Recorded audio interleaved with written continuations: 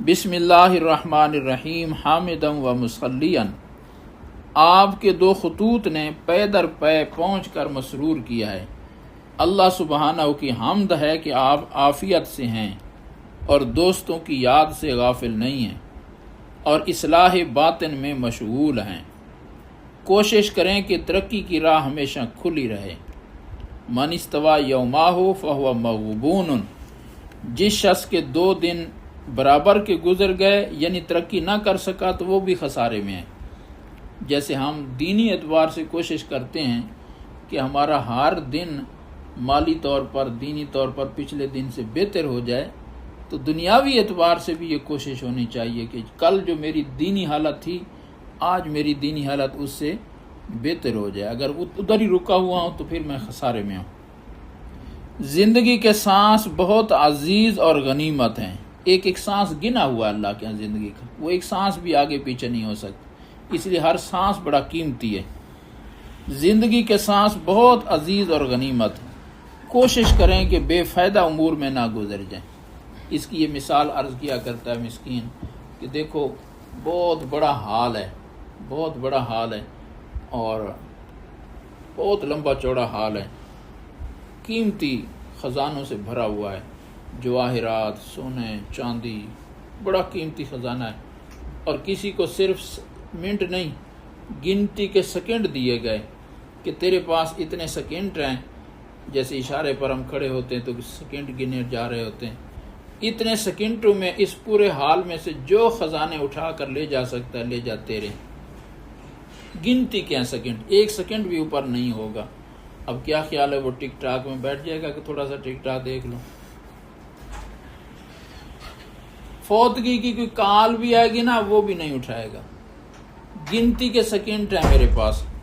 تو یہ انسان کی زندگی کی کیفیت حقیقت کہ اللہ پاک نے جنت کے خزانے اس کے لیے کھول دیے ہیں، یہ تیرے لیے جنت ہے اور یہ تیری زندگی کے اتنے سیکنڈ میں نے گن کے دے دیے ہیں، ان سیکنڈوں میں جنت کے جتنے خزانے تو اکٹھے کر سکتا ہے کر لے۔ جنت کا قیامت کا جو مختلف نام ہے، تو ایک نام ہے یوم الحسرت، کہ وہ دن ہوگا جس میں ہر بندہ حسرت کرے گا۔ تو پوچھا کہ یا رسول اللہ کافر تو حسرت کریں گے ہی، مومن بھی حسرت کریں گے؟ فرمایا مومن بھی حسرت کریں گے، اس لیے کہ ایک حدیث میں آتا ہے یہاں ایک جنتی ہوگا اور اس سے اوپر ایک جنتی اس کو نظر آئے گا، اتنا دور، فرمایا جیسے تم فجر کو نماز کے بعد دیکھتے ہو آسمان پر سارے ستارے جا چکے ہوتے ہیں، وہ ایک ستارہ نظر آ رہا ہوتا کتنا دور ہے۔ تو یہ جنتی دیکھے گا کہ اوپر کسی کی جنت ہے، بہت اونچا ہے مجھ سے، تو اتنی اونچی جنت یہ کہ تو کہ انبیاء کی ہوگی کہ اتنا اونچا جنتی ہے۔ تو پوچھے گا یا اللہ یہ کسی نبی کی جنت ہے؟ تو جواب ملے گا نہیں، یہ بھی عام امتی کی جنت ہے، عام امتی کی جنت ہے۔ ایک جنتی اور دوسرے جنتی دونوں حالانکہ امتی ہیں، دونوں امتی ہیں، فرق کیا ہے؟ ایمان والا تو وہ بھی تھا اس لیے جنت اس کو ملی، اس کو ملی۔ اب یہ فرق ایمان کے بعد اعمال نے فرق کر دیا ہے۔ اس نے نیکیوں کا ذخیرہ نہیں جمع کیا، زندگی بیکار گزری کہ آج وہ جنت اس کی اتنی نیچے ہے، اور اس نے محنت کی اور زندگی کا ذخیرہ جمع کیا، آج اس کی جنت اتنی اوپر ہے کہ وہ اس کو اتنا دور سے دیکھ رہا ہے جیسے تم صبح کو ستارے کو دیکھتے۔ ایک جنتی دوسرے جنتی میں اتنا فرق ہوگا۔ تو اب جو اتنا نیچے ہوگا تو پھر وہ کیسے نہیں پچھتائے گا کہ کاش میں زندگی کی قدر کر لیتا، اس کا ایک لمحہ قیمتی بنا لیتا۔ اس لیے فرما رہے ہیں کہ زندگی کے سانس بڑے عزیز ہیں، غنیمت ہیں۔ کوشش کریں کہ بے فائدہ امور میں نہ گزر جائیں اور اہم اشیاء میں صرف ہو جائیں۔ چاہیے کہ مراقبہ اور ذکر لسانی، تلاوت، نماز اور ہلکا ذکر سے خالی نہ رہیں، کسی نہ کسی عبادت میں سانس گزر جائے، اور ان میں سے جس کسی کا وقت تقاضا کرے اور جو جمعیت قلب زیادہ بخشے اسی میں مشغول رہیں۔ ایک تو دیکھیں کہ یہ وقت کس کا وقت ہے، نماز کا آپ ذکر میں بیٹھ جائیں تو یہ غلط ہوگا۔ وقت تقاضا کس چیز کا کرتا ہے؟ پھر اگر وقت میں سب کی گنجائش ہے پھر دیکھیں دل کس میں لگ رہا ہے، جدھر دل زیادہ لگ رہا ہے اس عبادت میں گزار لیں۔ اور زبان سے کلمہ طیبہ کے تکرار پر زیادہ راغب رہیں۔ اور یہ جو ہمارے حضرت عالی مجدد الفسانی قدس سرہ نے لکھا ہے کہ مبتدی اپنے اوقات کو ذکر کے ساتھ اس طرح معمور رکھے کہ فرائض اور سنن مؤکدہ کی ادائیگی کے علاوہ اور کسی چیز میں مشغول نہ ہو، نفلی باتوں کو بھی موقوف کر دے۔ یہ جو حضرت نے لکھا ہے یہ درست ہے، لیکن آپ اس حکم سے مستثنا ہیں۔ ان کو فرما رہے ہیں یہ عام سالکین کے لیے ضابطہ یہی ہے، لیکن آپ اس سے اپنے آپ کو مستثنا سمجھیں۔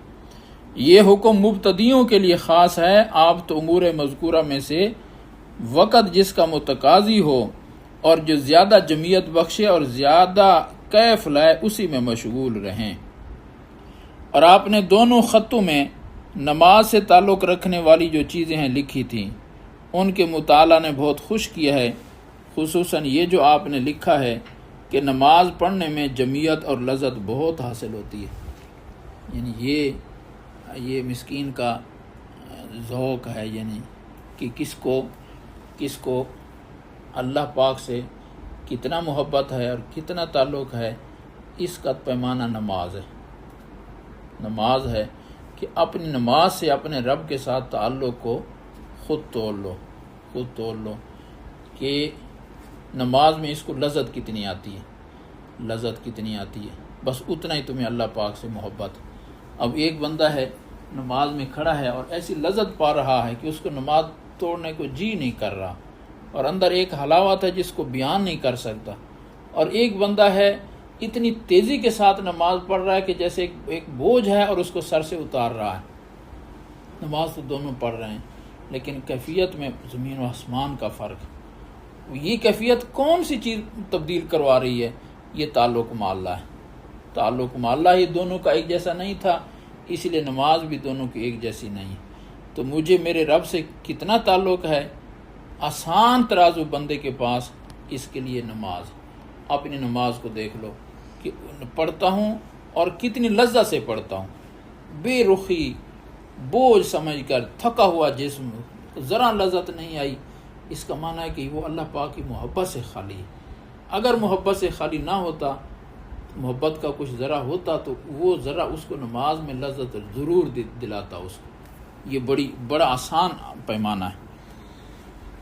کہتے ہیں حضرت فرماتے ہیں اس نے بہت خوش کیا ہے جملے نے کہ جو آپ نے لکھا ہے کہ نماز پڑھنے میں جمعیت اور لذت بہت حاصل ہوتی ہے۔ یہ اللہ کا بڑا انعام ہے۔ اور نماز کے علاوہ کسی اور چیز میں مشغول ہونا اب اچھا نہیں لگتا۔ اب دل کرتا ہے کہ ہر وقت نماز ہی پڑھتا رہوں۔ بس ذکر سے بھی یہیں پہنچنا مقصود تھا جہاں وہ پہنچ گیا ہے۔ حضور صلی اللہ علیہ وسلم کیا فرماتے ہیں؟ قرۃ عینی فی الصلاۃ، آنکھیں ٹھنڈی ہو جاتی ہیں جب نماز پڑھتا ہوں۔ کیسا جملہ ہے، آنکھیں ٹھنڈی ہو جاتی ہیں جب نماز پڑھتا ہوں۔ یعنی اتنی لذت نصیب ہوتی ہے نماز میں کہ دل تو ٹھنڈا ہوتا ہی، آنکھوں میں بھی سرور آ جاتا۔ اب کسی نماز کے علاوہ کسی اور چیز میں مشغول ہونا اچھا نہیں لگتا۔